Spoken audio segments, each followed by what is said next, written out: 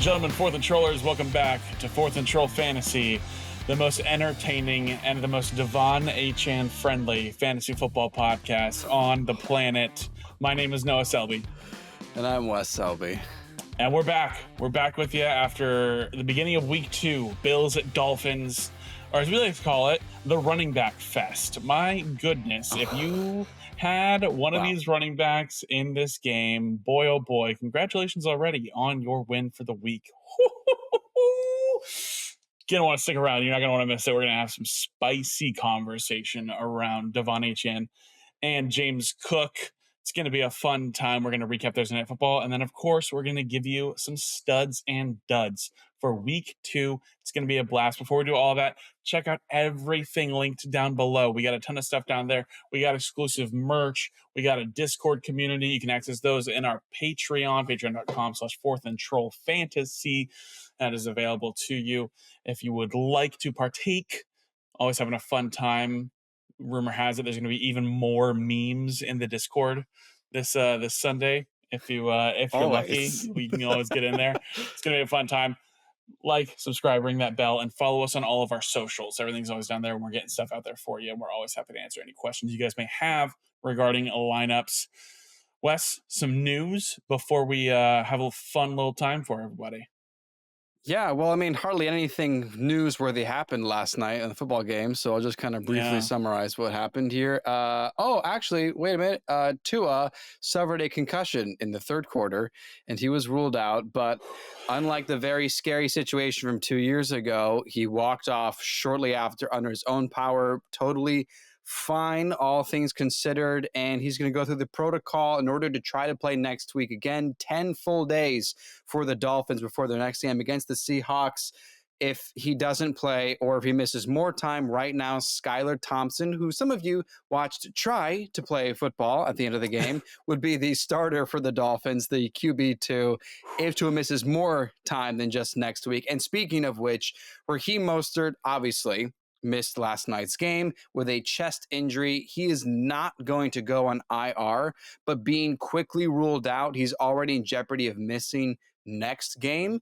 And on top of that, Jeff Wilson Jr. sustained an oblique injury last night, and he was ruled out during the game. So right now, Jalen Wright is the primary backup and possibly only backup to Devon Achane for next week against the Seahawks.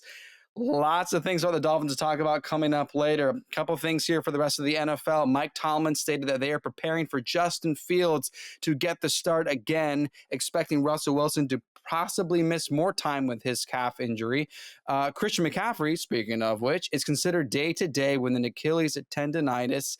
He had been limited in practice Wednesday and Thursday. He was at first considered a long shot, but now he's sort of making progress, so he's still just listed as questionable. But obviously, if he doesn't play, you probably just slide in Jordan Mason after all that he did on Monday night. Josh Downs, Colts second-year wide receiver, did return to practice. He may be coming back this week. Keep an eye on that. David Njoku did seem like it was a really bad high ankle sprain, but he's not going to be placed on IR, but he's already been ruled out for week 2. And that was ruled out Wednesday. Hollywood Brown has yet to practice for the Chiefs this regular season. T. Higgins is still considered day-to-day. Keenan Allen is questionable with a heel injury. Jordan Addison did not practice Wednesday or Thursday. He's probably not going to play. And then last but not least, Kenneth Walker has not practiced at all this week with an oblique injury. He is questionable, and Zach Charbonnet would see the start if he does not play. That's it. Let's talk about some really good running backs in the NFL, especially in fantasy football, that we watched have big games on Thursday night. Absolutely. Let's talk about it as we teased and as Wes just mentioned. It was a fun time for Devon Achane owners and for James Cook owners on Thursday Night Football. Bills take down the Dolphins. Tua gets injured. Hopefully he'll be just all right. We'll no surprise to anybody unless you're a new viewer. Wes, we're Dolphins fans. Definitely a scary situation. Definitely a scary sight. But both of us feel like, wow, we've seen that before, and he has not walked off the field. He's been carted off. He walked off. And all things considered, as Dolphins fans, we're 1-1. The Bills are 2-0. We're still just one game behind them, and we Week made 2. out just fine. To be completely honest, given that what could have happened in that scenario. So hopefully Tua will be all right. I'm sure there will definitely be more information to come, even by the time you're watching this. So we are definitely hopeful and looking forward to the future. But oh man, it feels so good to be a Devon Achane owner, Wes. I mean, Mhm. it is just. I mean, we'll jump into it. If you missed Tuesday's episode, we obviously did risky starts, must starts, risky starts, and don't starts. And Wes, I mean, not to toot our own horn too loud or anything, dude, but we just absolutely nailed it. Absolutely knocked it out of the Yeah. park. Like it was like top tier kind of stuff. I said Devon Achane was a must start. Listen, just instilling that confidence. You guys know if he's going to play, you need to put him in your lineup. He's going to be the guy. And he absolutely was 29.5 fantasy points. I want to just talk about this real quick because Please. we both were extremely high on Devon Achane coming into this season. I had him as my RB4 at the start of week 1. You had him as your RB1 coming into the season, Wes. I And did. boy, oh boy, like 60,000 people on TikTok were not vibing with that. Not fans. Mm-mm. Shout out to the real ones who were coming to bat for HN in the comments and defending the take. Yeah. Guys, 2 weeks in, I get it. It's only 2 weeks. Okay, he's the dude. He is the guy. Well, Raheem Mostert's injured. He was injured last week, and he was the guy. Guys, to over 20 fantasy points in both these games, he drops nearly a 30 bomb in prime time to start your week for fantasy football. I mean, like, Yeah, man. listen, I said it before. I'm going to say it again. Grow up if you think Devon Achane can't be a top 5 running back. Like, that's point Yeah. blank. Like, that's it. Like, that's where that lands. That's where that ends up. I mean, he is just going. And if people want to talk about touches, opportunities, Right. how's 29 for you? Beautiful. 29 opportunities, Beautiful. 30 opportunities. Like it's like great, cool. I get it. He's injury prone. He was injured with the ankle this week. Great. And off the ankle injury, he did 30 opportunities, 30 fantasy points. Like he is Yeah. absolutely that guy. And he is going to continue as long as he is healthy, stays on the field. Like we're going to be good to go with Devon Achane, and there's no reason And to think that he won't. Like he's already shown and that he can stay on the field. all the comments, all the reasons to say that Achan it can't be top 5, let alone that he can't be number 1. We're saying things like he's injury prone, that he's too small of a running back, that he's behind Raheem Mostert, that he's not going to get enough opportunities, that he's not going to get enough in the receiving game because of Tyreek Hill. Literally proven wrong on Thursday night. All Yeah. of that is completely out the window. And that is what we tried to explain in our top 10. And especially the very point I made about the Dolphins training camp is that they're involving him in the passing game. And I tried to refute the idea that Tyreek Hill was too important to the offense in order to make HN a PPR relevant back. And I said, guys, there was a practice where Tua threw it to HN 5 times in a 2-minute drill and threw it to him for a touchdown. Here we go. Look at that. 7 for 7. 69 yards and a receiving touchdown. Not to mention, that's a second straight week, 7 for 7. The PPR volume is unbelievable. This is like Austin Eckler prime, and I'm loving it. Yeah. I'm loving it.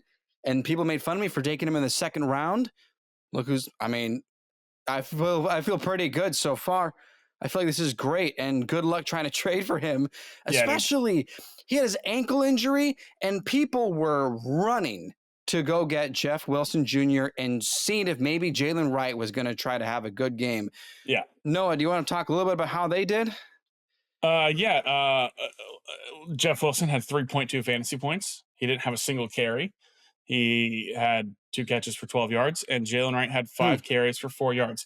Listen, I will say, just because I love my boy Jalen Wright, The box score does not reflect his performance. Okay, He had some good he was rushes. playing. He had some good rushes, some good rushes called back by penalties. Disappointing stuff, but like this all just goes to show like it is Achane and it is Achane. Like Yes. it just feels good, dude. It feels good to have Yes. been like week one was such a disaster as far as like just offenses in the NFL and like just like Yeah. there weren't a ton of touchdowns scored. It was just rough for like a lot of people in fantasy football, especially tight ends. But to be here into week two, and I'll break the fourth wall here, Wes. Please. I drafted the McCaffrey HN stack in multiple leagues this season. In multiple leagues, Sure. I have McCaffrey and HN. Tuesday to Thursday was not a fun time for me, if I'm being completely honest with you. I was sitting here going, Yeah. cool, my first two picks, it's week two, and I'm not going to have them. Yeah. Awesome. This sounds great. And guess what? I'm probably not going to have McCaffrey this week. Good thing we can't cuff with Jordan Mason, but HN is absolutely just feasting away and is going to be an absolute animal. The efficiency's down. Yeah. Cool. Don't care. 7 catches for 69 yards. Have fun. Go grow up. Do you want to I'm just close this thought on Achane with just this statement? If you agree with me that Devon Achane is absolutely already this season's league winner. Absolutely. He's already the season's league winner. You got what you in the third round, you got a top 3 running back. Congratulations. There you go. Enjoy your championship. No doubt. Check back in when I win all those leagues. There you go. Listen, we can't just give all the flowers to HN though. James Cook, what a game, dude. What an absolute game. Oh my gosh. Each of his first 2 seasons in the NFL, 2 rushing touchdowns in his rookie year, 2 rushing touchdowns in his sophomore year, 2 rushing touchdowns in week 2 of his third year. What a night for him. Man. 11 carries, 78 yards, 2 touchdowns, 1 catch for 17 yards and another touchdown. Man, 28.5 fantasy points. What a start as well. And he was your must start, Wes. We just boom. Oh yeah. Done and dusted. Like it's last week, 19 carries. Felt like it was pretty strong based on how the running backs kind of didn't really stand out too much last week in week one, aside from Saquon Barkley and Devon Achane. Right. A couple of surprises here and there, but I thought James Cook is the way to go. Let's do this again. And I feel good about him. And sure enough, is James Cook not only proving to be like an RB1 for your fantasy team, but I want to transition to the passing attack in Buffalo, or really lack thereof, because at this rate, James Cook may be the only other skill player to have, aside from Josh Allen, who also didn't have a great game.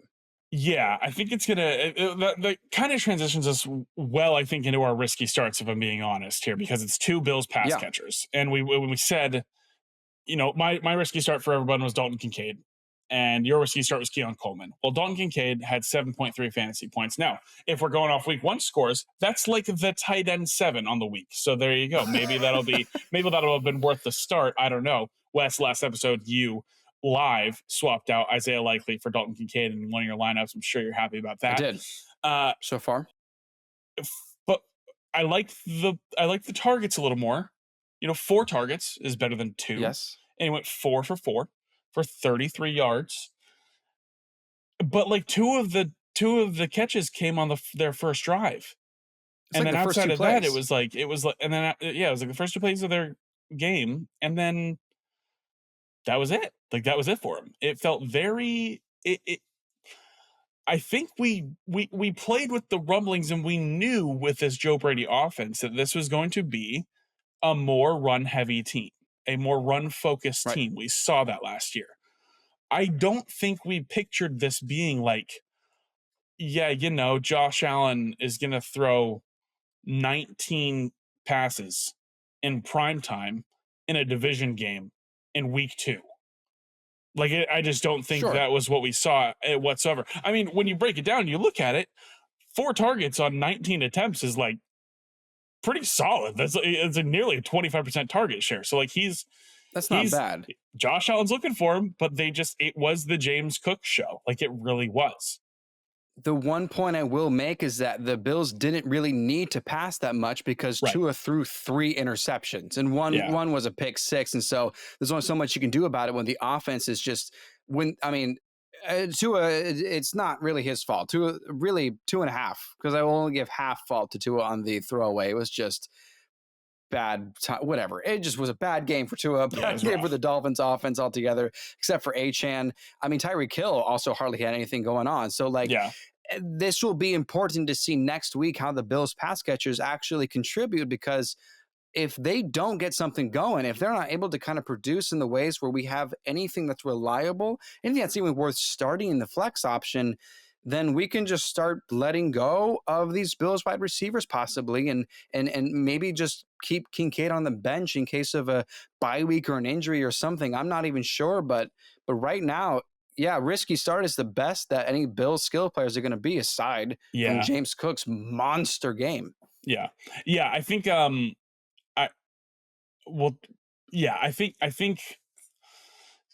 it's crazy to say. Yeah, I think you're right. Like, I think it really is. Like, I think it's. I don't think you can cut Kincaid just because of his such a good rookie year, and like maybe they'll be more involved. Like, you'd think so, but I don't know. I don't know if he's more involved. So that's definitely tough. We'll just talk about the people who said don't start real quick. Obviously, my don't start was Raheem Mostert, just to honestly just hammer home that Devon Achane was going to be the guy, and obviously that happened, but Mostert didn't play, so that's kind of nullified. And you said Dawson Knox, Kincaid only had 2 targets. Knox is the tight end to target. No, Dawson Knox didn't have any targets in this game, so definitely didn't want to start him there as well. Couple other guys just talk about. You mentioned Tyreek Hill, really, really down game. My goodness, it was just a tough, like you mentioned, a tough game all around for Miami, except for Devon Achane, which is why if you were an owner of either of the running backs in this game, congratulations, you had a good week. Yes. But if you weren't, it is not how, even Josh Allen owners, it is not how you want to start your week. Josh Allen had 11.8 fantasy points. That was it. That was tough, dude. I'm playing my wife in fantasy this week, and I had Josh Allen. You are. Yeah. And I was like, well, congratulations, sweetheart. I love you and enjoy the win. Yes. Like, happy wife, happy life. Happy wife, happy life. Happy. That's fantasy for you. Jalen Waddle, 8.5 fantasy points. It was a really funny pun that you just said. Happy wife, happy life. Well, that's fantasy for you. Yeah, that's two kinds of fantasy right there. Jalen Waddle was having a great start to the game. I really felt like it was going to be a really good night for him on prime time. And then it's, again, just everything really fell apart. It was good to see Jonnu Smith more involved as far as tight end sleeper. I mean, after last week with tight ends, you don't really even know who to even go for here. But more targets than Tyreek Hill on the night. That's pretty probably wild. Never gonna happen again. But that's. I mean, if I can attribute it to anything, it really is that we've seen more than most people, Wes, that the time and time again in the offseason, we frequently say, hey, let's invest into some offensive line. Let's do it. Let's invest into some O-line. And time again, Chris Greer says, no, we're all right. We're good. Let's go get Odell. Let's go get Odell Beckham Jr. Like that. Let's do that. By the way, he had an operation this offseason, so he's not going to be playing for you anyways. But let's go get Odell. And I get it. I do. But it definitely is not a fun time, especially when you have Gregory Rousseau breathing down your neck with backup linemen. And yeah, tough time all around for some big name fantasy players. Jalen Waddle, Tyreek Hill. If you were banking and hoping for one of the other running backs, obviously in Miami, not a good time. For Josh Allen, not a good, like it was a rough experience for everyone but James Cook and Devon Achane. Like that was it.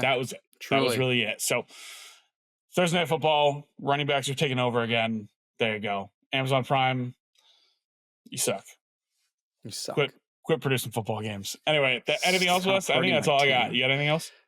That was it. We just kind of recapped the idea that the Bills' skill players are probably not going to be worth starting outside of James Cook. Yeah, I agree. I agree with the thing that I said. Do you know that? Yeah. Do you believe in yourself? I think that was an okay comment. Yeah, there you go. All right, it's time. Studs and duds, week 2. Some hits last week, some misses last week. And listen, we're never going to get it 100% perfect, but when we do, when we get things right, it's always a fun time. So go ahead. It's going to be a blast. Wes, we've swapped positions this Yes. week. You now have quarterbacks Yes. and wide receivers. I now have running backs and tight ends. So without further ado, take it away with the kicking off studs and duds for week 2. Oh, yeah. Well, we had a couple of surprises in the top 10 finish, a couple of expected players, and a couple of players that we would like a little bit more out of. But I'm going to be the one to officially state into a microphone that it is time to continue to start Jaden Daniels. And he is my stud for the week. Ooh. Oh, baby. First of all, playing the Giants, okay? That should be enough right there. Giants don't have a terrible defense. They have a lot of skill players there that are actually Pro Bowlers and made the top 100 if you care about that. But ultimately, they don't have an offense until Daniel Jones actually gets the ball to Malik Neighbors. That's pretty much all you're going to have to worry about is whoever's playing the Giants, can they score? Great. If not, you get the ball in 2 seconds. But here's the thing. Actually, before the show, Noah, you reminded me that Dan Quinn even said he's going to try to have Daniel Jones or Jaden Daniels not run as much. Well, here's the good thing. I don't think he's going to listen. I don't think he's going to listen to his head coach. He is a rushing quarterback. That is the whole trait. That is what he does. Most importantly, you look at last week, how many quarterbacks even threw 300 yards? It rhymes with, there it is. Sorry. I was going to say rhymes with poo. Rhymes with poo. It's 2. Nice, dude. Oh my gosh, we're cousins. So one was Tua Tagovailoa, one was Matthew Stafford. Tua was barely top 10. And Stafford couldn't quite get that because he threw a pick in the red zone, and that would have been a touchdown. Point being, we don't have these elite passers to throw for a bunch of yards and a bunch of touchdowns that we can guarantee on. That's why rushing upside is king. Jaden Daniels is my stud. Here's my dud for the quarterback position. Sam Darnold against the 49ers. The guy has Justin Jefferson, but that does not make him defense proof. He had a nice game. It was fine. If you slotted him for some reason, you're probably feeling okay, but that does not mean that he is the guy to replace Jordan Love for your week if you have Jordan Love, or if you were really disappointed by one of these other players. Sam Darnold is not your hero for the week, not with Sam Darnold. I know Justin Jefferson's great. I know Aaron Jones had a nice week as well, but that does not mean that you're going to rely on Sam Darnold to get you through the week. So there's my stud, there's my dud. Start Jaden Daniels and bench Sam Darnold. Beauty. Jump over to running backs here. Excited to talk about this guy. My running back stud is James Conner versus the LA Rams. 20 opportunities last week against the Buffalo Bills. They relied on him heavily as they went up 14 points in the first half. He played 70% of snaps. I know everyone's always like, Conner's injury prone. And you're not wrong. Like, he hasn't ever played an entire season of fantasy football. But as long as he's healthy, he's going to put up borderline top 12 running back numbers and break into that easily on any given weekend. And the Lions just throttled the Rams on the ground with David Montgomery and Jahmyr Gibbs. James Conner is going to have himself a game. I know people like Trey Benson. Listen, Trey Benson's a pick for the future for that team. It is not a right now thing. James Conner is absolutely the guy who is going to be leading that backfield. Amari DiMercato has more of a role in this offense than Trey Benson does right now. So until James Conner either moves on, not in life, just from the team, or gets hurt, Trey Benson isn't going to be a big factor. You don't have to worry about him. So James Conner is my running back stud for week 2. My running back dud, Javonte Williams.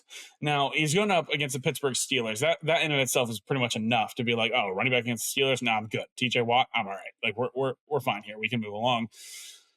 But it's a true timeshare here in Denver. And I think we knew it. And that's why Javonte wasn't a super high pick, but he was definitely a sleeper pick that a lot of people were hoping would pan out. And until I see something more, I'm leaving Javonte on my bench. I'm not excited about it. He only had 10 opportunities, if only 52% of snaps. It's a true timeshare. Jaleel McLaughlin had more opportunities than he did. A guy that, Wes, you and I are both very interested in as a deep sleeper pick. So he's definitely a guy that I know Audric Estime just went on IR. So maybe there's a little more involvement and more opportunity here for Javonte Williams, but I just don't know what opportunities this offense is going to be in which there will be more plays and more opportunities schemed in where Javonte Williams would be the running back there versus when Jaleel McLaughlin would be the running back there. So that is my running back stud and dud. James Conner, roll him out. Javonte Williams, get him on the bench. Fantastic picks. Good choices. James Conner, as long as he's healthy, is going to be top 10 pretty much every week. He's a touchdown machine. That being said, I've got wide receivers, and my stud is on the same football team as James Conner. I think we have to give Marvin Harrison Jr. another shot. Please. You have to roll him out. He was like your second round pick. You can't just bench him or give up just yet. I know that he had 3 targets, and that does not bode well for a top 15 season. I know. Kyler Murray said, it's not my job to get him the ball. It's the head coach's, the offensive coordinator. He will. He will. Okay. He's not an idiot. Well, he may be. I don't know. I don't know if he's an idiot. I don't know. Not really. But he's not. I mean, he plays football with Marvin Harrison. So I think the point is Marvin Harrison Jr. has the talent and the prospect to still be your starting wide receiver in fantasy. Don't give up just after 1 week. Don't press the panic button. Don't bench him. I have people asking me in person. I have Marvin Harrison in one league, and they're like, are you open to trading Marvin Harrison? I'm like, maybe. Who do you want? They're like, I don't want Marvin. Why? It's 1 week. Let's pump the brakes a little bit, okay? My dud, just for those that are kind of looking at the stat lines, really curious how the wide receiver ones and teams looking out, my dud is Tyler Lockett. This was a good week for him. He's not the guy that's going to be better than DK Metcalf and Jackson Smith and Jigba every single week, okay? This is probably the 1 week is going to outscore them both, let alone one of them. I feel like Tyler Lockett is just this gem, this Seahawks gem. He might go in the Ring of Honor. I don't know. Everyone loves him. People aren't even Seahawks fans love the guy. But this is not his season. This is not the guy you want on your team. It's going to be DK and or JSN every single week from here on out. Don't start Tyler Lockett, but keep rolling out Marvin Harrison. It's going to be okay. It's just 1 week. Do not press the panic button. Start him, and you'll be happy. I like it. Wes, I want to ask you a question real quick just off the back of that. Sure. Big JSN guy coming into the season you were. Oh, yeah. If this team comes out, who are they playing? Do you remember? Do you recall who they're playing in week 3? I can look it up as you ask the question. Okay. If the Seahawks come out here and here, actually, let me just see, because I want to see if it's even plausible. Okay. Here's the question. If the Seahawks come out in week 2 against the New England Patriots and Tyler Lockett leads the team again in receptions, yardage, whatever, fantasy points, whatever it may end up being. Yeah. Where's the panic level out on JSN? Drop his ass. Dude, I that's what I was thinking too. Okay, I wanted to see, because it's like, dude, I mean, like, what are we even doing here? Like, what? Like 3 targets in insane. Week 1 is awful, especially as the 3rd wide receiver in the target share. And then if he does something like that again, drop his ass. Okay, anyway, I love it. I just wanted to check and make sure. All right, tight ends, last position here. Let's get toit with it.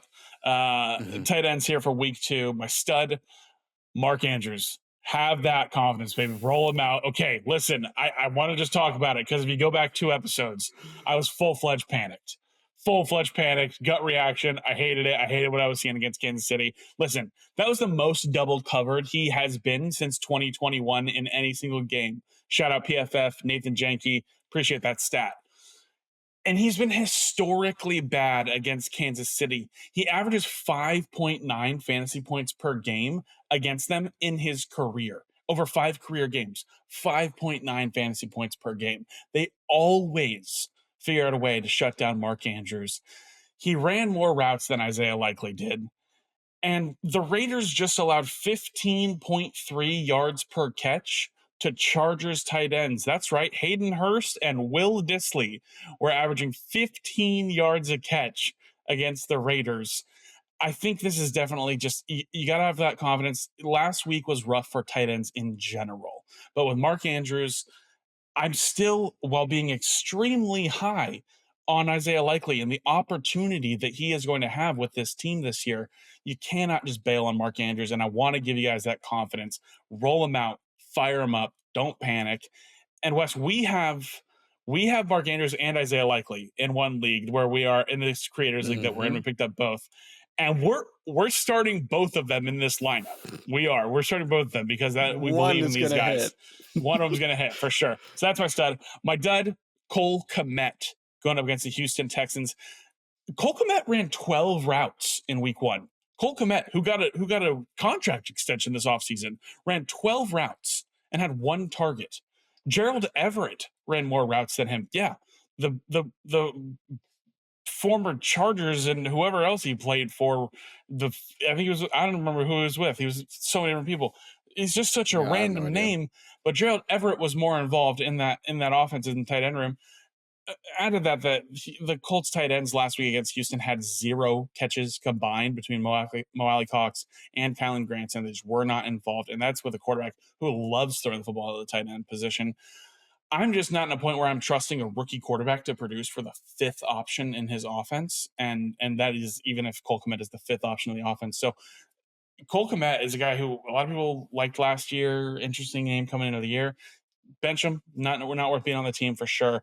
But definitely roll out Mark Andrews. Absolutely. You got to give him that. Got to give him another opportunity there for you to prove his worth for your team and prove he was worth the pick. That's it. We've prepped you guys for week 2. That's it. There you go. We've given you the breakdown on Achane and Cook. We've given you the things to look forward to and the players to get into your lineup for week 2. It's going to be a blast. Thank you guys for hanging out with us. Drop it in the comments. Let us know. Are you starting Mark Andrews? Are you considering Sam Darnold after a great performance from him in his terms, by the way, in week 1? Are you considering it? Don't do it. And get Javonte Williams on your bench. What are you thinking about? Drop that all in the comments. Make Teddy the Troll smile by liking, subscribing, and ringing the bell. And we will catch you guys next time on Tuesday to break down week 2 with you guys. It's going to be a blast. Thank you guys for hanging out. My name is Noah Selby. And I'm Wes Selby. And this has been 4th and Troll Fantasy. 4th and Troll Fantasy is a production of FQ Media and Selby Artistic Workshop.